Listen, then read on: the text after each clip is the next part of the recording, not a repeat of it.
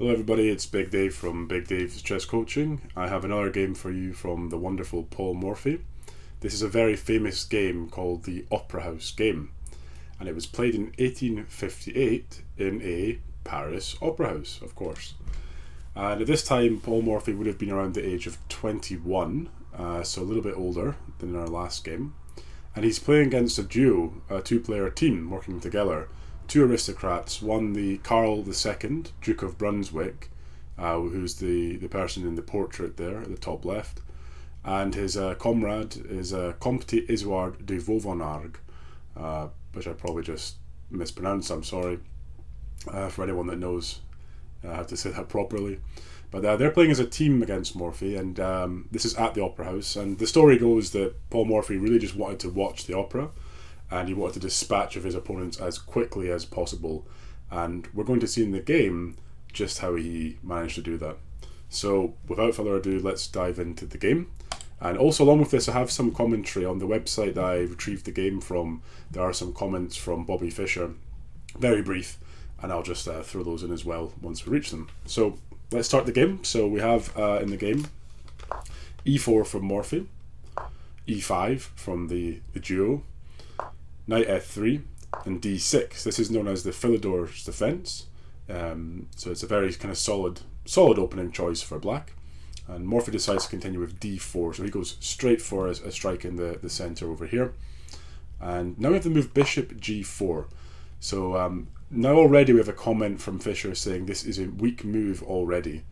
And why does Fischer say that? Because on first glance we think, hey, this is a nice move from black, developing a piece. We're pinning the knight here to the queen, so that knight won't be able to move. But the reason it's maybe not the best move is, as we see in the game, Morphy continues with pawn takes on e5. And in the game we had white capturing this knight now, but what if black had actually captured that pawn instead? Would that have been so bad? So if black had captured the pawn, then the problem is white can throw in this trade of queens, so queen takes on d8, black recapturing, and now knight takes on e5. And as we can see, white will win that pawn, black's king will be misplaced, and the knight is also threatening to take on f7 and threatening this bishop here on g4. So this would be a particularly good position for white, and one which black would like to avoid. So going back to the game, we see in the game, rather than taking the pawn on e5, the duo decide to just capture the knight. But this in turn allows Morphy to develop his queen very quickly. He plays queen takes f3, we have the recapture on e5, and now the move bishop c4 from Morphy, so continuing quickly to develop his pieces.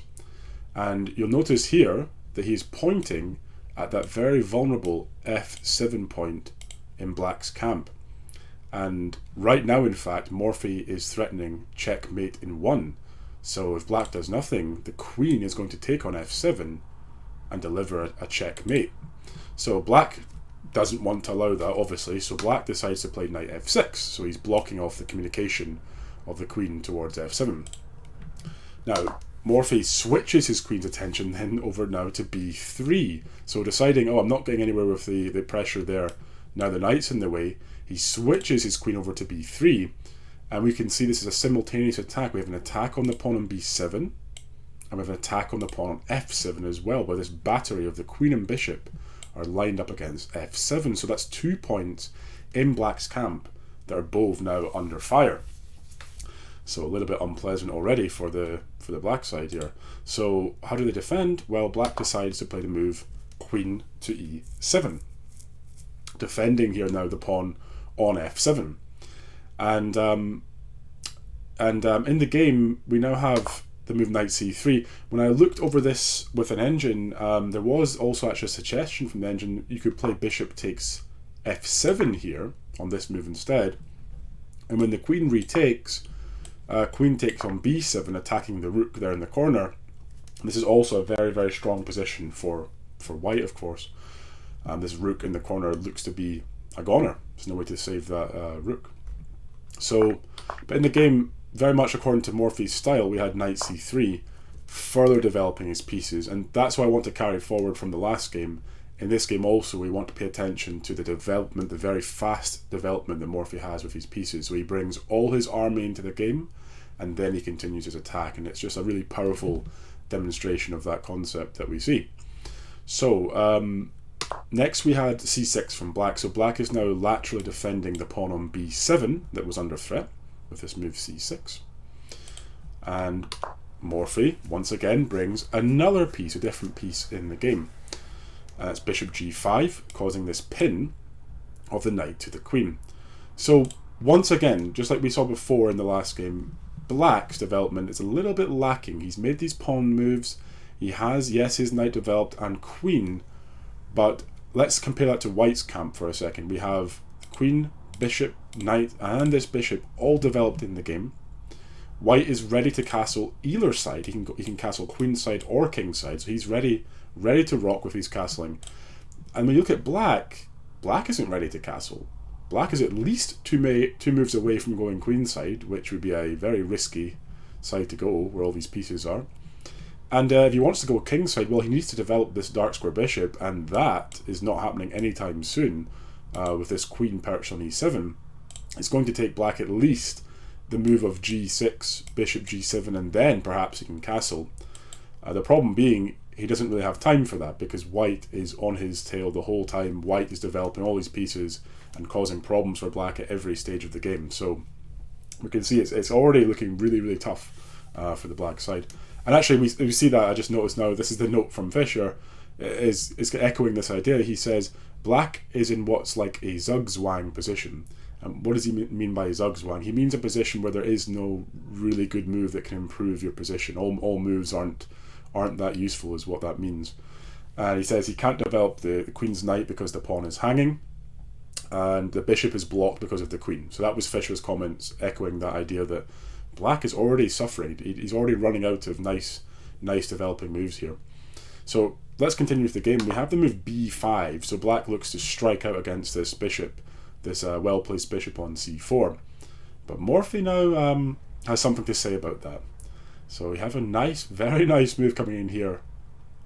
Boom, knight takes on b5. So sacrificing a whole piece for the knight.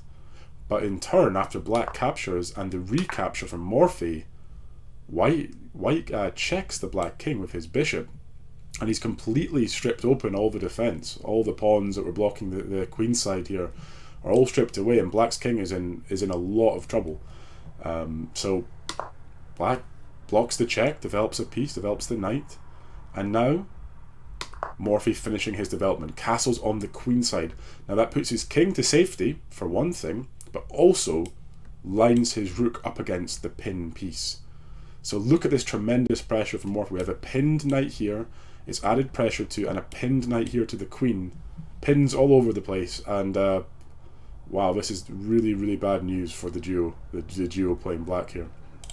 So they defend the pin piece. They decide to play rook to d8, and now Morphy continues with yet another brilliant move, rook capturing the knight on d7. So he takes away this knight. What else can black do except recapture, of course? And now he swings his last piece into the game with rook d1. So that rook over there in the corner was doing nothing. So he takes here and swings his last piece into the game, now attacking the freshly pinned rook that now sits here on d7. And what is there for black to do? Black is in such a terrible spot here, with all of white's pieces contributing to the attack. Meanwhile, black's pieces are still asleep, and if they're not asleep, they're pinned down in some way, so might as well be asleep. Black tries to move queen e6, trying to step out of this pin that the bishop had, but Morphy now continues in fantastic style with bishop takes d7 check. So that's forking your king and queen. It's a check, so you have to do something. Well, what else? Only one move for black, of course, here, which is the move knight takes the bishop. And now a fantastic finish. So that move set up for this fantastic finish. Can you see how Morphy finished off this game now? Give you a couple seconds. And the move that Morphy played, queen to b8. Queen to b8. What an amazing finish. So this is check to the king. Oops, that's a diagonal. Check to the king. He has nowhere to go because of this bishop here. Bishop cuts off the escape squares. So one move from black, right? You can take that queen. But when black recaptures the queen, Morphy now finishes with mate in 1, rook to d8, checkmate. So as the knight moved away, he opened the space for the rook to come flying in and finish off black with this fantastic checkmate here, using only 2 pieces that he has remaining, but those 2 pieces are more than a match for the remaining 4 pieces, including a queen that black had left on the board. But they weren't ready. They weren't ready for this wonderful attack. So there you are. That's the Opera House game by Paul Morphy. As I said, a very famous game, but a very amazing game that I think shows the power of developing your pieces and getting them to good squares, then following up with your attack once you have everything working in the game. And boy, what a show. And I assume now Morphy just got on with enjoying the rest of the opera. Now that he'd finished the game, he could sit back and enjoy that show instead. But thanks for tuning in to this second game. I hope you enjoyed that, and I will see you in the next one. Thanks.